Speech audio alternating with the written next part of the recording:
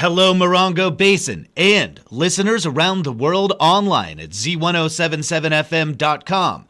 Here is the Z107.7 Local News for Monday, April 7th, 2025. A traffic stop in Yucca Valley led to the arrest of a man suspected to be concealing a loaded weapon that was not his. On Wednesday at around 10 p.m., San Bernardino County Sheriff's deputies say they conducted a traffic stop on a vehicle for code violations on Lucerne Vista Avenue near Pueblo Trail. They say that the driver of the vehicle, whom they identified as Jeremy Parker, 35, was found to have a suspended driver's license. Deputies conducted a search of the vehicle and say they found a loaded firearm hidden under the seat and that the firearm was registered to someone other than Parker. Jeremy Parker was arrested on suspicion of carrying a loaded handgun while not the owner and carrying a concealed weapon in a vehicle, and is being held at the West Valley Detention Center on $30,000 bail. A vegetation fire in Yucca Valley sent one person to the hospital for heat-related injuries. On Sunday morning at around 11 a.m., San Bernardino County Fire received a call related to a possible western Joshua tree on fire in the area of Fox Trail and McDonald Drive in Yucca Valley. A representative with County Fire said that a burn permit was issued to a resident in the area and that the fire was initially considered low response with a single medical engine responding. As smoke began to increase, County Fire upgraded their response with 3 additional engines plus 1 engine from Cal Fire. San Bernardino County Fire says that the vegetation fire expanded to 1.5 acres on land behind a residence on McDonald Drive, and responding crews made an excellent initial attack, keeping the fire to just 2 acres. 1 civilian was taken to a hospital for possible heat-related injuries, and no other injuries were reported. Crews stayed on the scene for several hours, mopping up hotspots. The cause of the fire remains under investigation.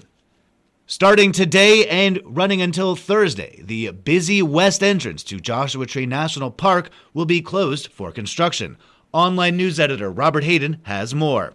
One of 3 entrances to Joshua Tree National Park will be temporarily closed for construction starting on Monday, April 7th and planned through Thursday, April 10th. The popular West Gate entrance, located on Quail Springs Road in Joshua Tree, sees more traffic than the other 2 entrances, one located in 29 Palms and the other on the south edge of the park. The traffic and popularity is the reason for the temporary closure. Crews are preparing the area for paving and construction of the new west entrance, located about 1/3 of a mile south of the current one.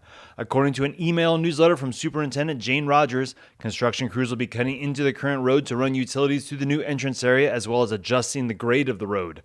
The closure includes the Maze Loop and Creosote Trailhead parking areas. Visitors may not drive or park at these trailheads during the closure. Northbound vehicles may turn around at Quail Springs Picnic Area, and southbound vehicles may turn around at the current west entrance station. However, it is suggested to avoid those areas altogether during the closure due to expected heavy traffic and turnarounds.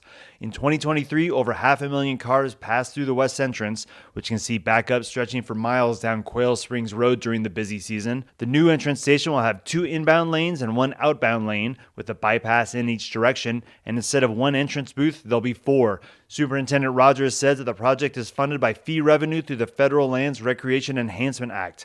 All other roads in the park will remain open. The less visited 29 Palms entrance is located off Utah Trail and won't be affected by the closure, and neither will the South or Cottonwood entrance. Superintendent Rogers says that, quote, "The park recognizes this is a very busy time to close a section of the road, and we must comply with the obligations set forth in our construction contract. The original closure was expected to last 2 weeks, and I'm glad it's been reduced to just 4 days." Reporting for Z107.7 News, I'm Robert Hayden.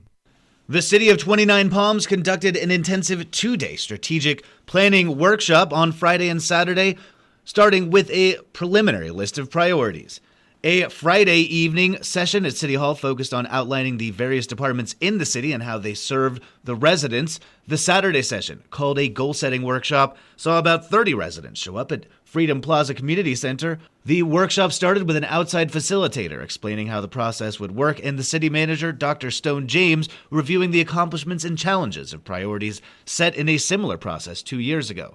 Public comments were taken that ranged from the need for health and wellness facilities, development on Adobe Road, the expansion of Theater 29, children's activities, support for T-bid tourism, additional law enforcement, all while retaining the unique qualities of 29 Palms. Council members and the public then split off into smaller scoping sessions to develop a list of needs and project priorities.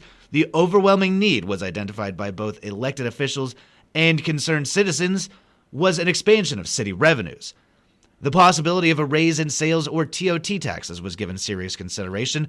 The results of the scoping session, all posted on large pads and then transferred to a wall-sized document, were reviewed and discussed. Mayor Steve Bilderain summed up the process saying, quote, "The city needs to grow to be healthy, but in a manner which retains our unique rural character and honors the rich past. The strategic planning process will continue for another 30 days with additional surveys to be conducted online and a final formal strategic action plan to be formulated and voted upon." Lovemore, a 64-home development proposed for a nearly 19-acre parcel in Joshua Tree on Altaloma Drive and Sunset Drive, is facing another round of community opposition at tomorrow's meeting of the San Bernardino County Board of Supervisors. The county's planning commission earlier this year approved a tract plan that would subdivide the single parcel into 64 separate parcels. The development has faced community resistance since it was announced, and the Morongo Basin Conservation Association filed an appeal to the county's approval of the subdivision, which will be heard tomorrow at the meeting. The MBCA says that the Planning Commission did not provide adequate public notice for the consideration of the subdivision, though the board's agenda suggests they are leaning toward denying the appeal. Several members of the community are expected to speak about the appeal. The Joshua Tree Government Center is expected to host a video feed enabling local residents to weigh in on the matter, though they did issue a statement saying that technical issues may arise on the day of the meeting, with notice to be posted by 9 a.m. at the location. The meeting begins at 10 a.m. tomorrow. Also at tomorrow's meeting, the Board of Supervisors is expected to approve the appointment of Melinda Sedmak to Seat 2 on the 29 Palms Cemetery District Board of Trustees.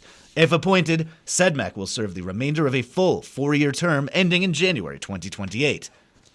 And finally, the San Bernardino County Department of Public Health is hosting a free vaccination clinic for school-aged children to stay up to date on their immunizations. This clinic will provide vital vaccinations to eligible children at no cost, and any child enrolled in a San Bernardino County school, including all Morongo Unified School District schools, are eligible.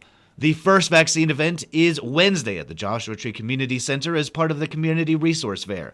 The event runs from 11 a.m. to 2 p.m., and children must be accompanied by a parent or guardian. The Joshua Tree Community Center is located at 6171 Sunburst Street in Joshua Tree.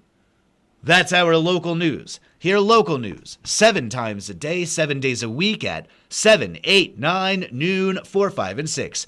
If you hear about news happening, let us know. Email us at tips@Z107.7fm.com. Reporting for the Morongo Basin News Leader, the award-winning Z107.7 Local News. I'm News Director Jeff Harmatz.